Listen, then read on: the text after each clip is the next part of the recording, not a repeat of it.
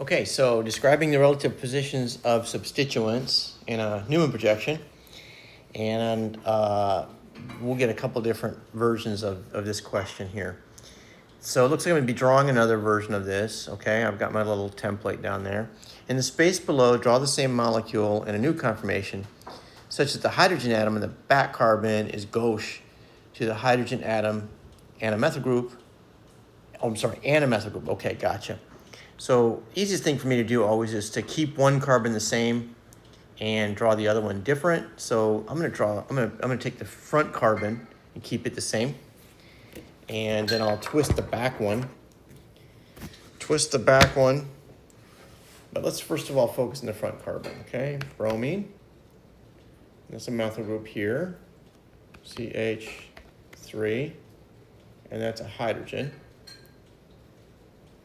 Okay, hydrogen. And the back one, I'm going to twist, let's twist it so that the hydrogen is up.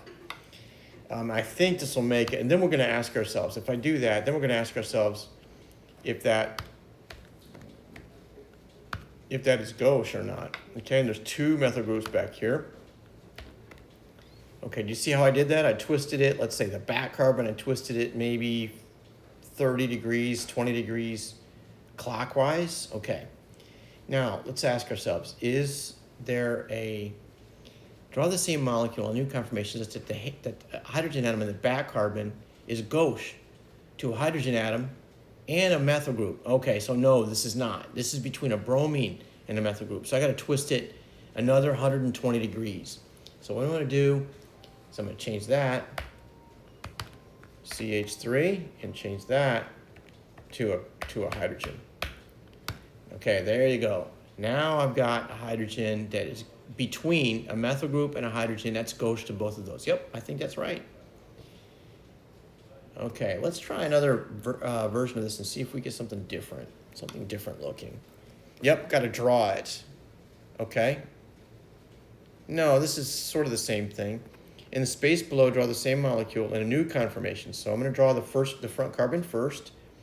And it looks like it's pointing up, right? The OH is pointing up. I think there's another instance of this. So in the chlorine and the H3C. Now I'm supposed to draw the back one. And I'm just going to take that and put this hydrogen here. And if I turn that, let's see, like 20 or 30 degrees counterclockwise, right? That's going to be CH3. And the bottom one's going to be a CH3. Now I'm going to ask myself, have I satisfied this? Draw the same molecule such that a hydrogen atom on the back carbon, got it, is anti to an OH group. No, it's not. Okay, do you see the hydroxyl on the front? So that's my anti position right there. Okay, that's my anti position. Now I have a hydroxyl which is anti to the hydrogen atom. Or the hydroxyl and the hydrogen atom are anti to each other. See that? And I just twisted it around and turned it to my convenience, right? I did it the way I liked it, little by little, and I think that's going to end up being correct. Whoa, no, not correct. Okay, so the chemical is not drawn in the correct style. Please, what did I do? Oh, doggone it.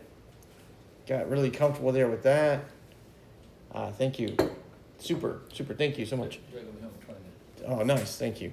Got really comfortable with that and forgot that these are supposed to be drawn like that. Okay, so that was, I think I got it right this time.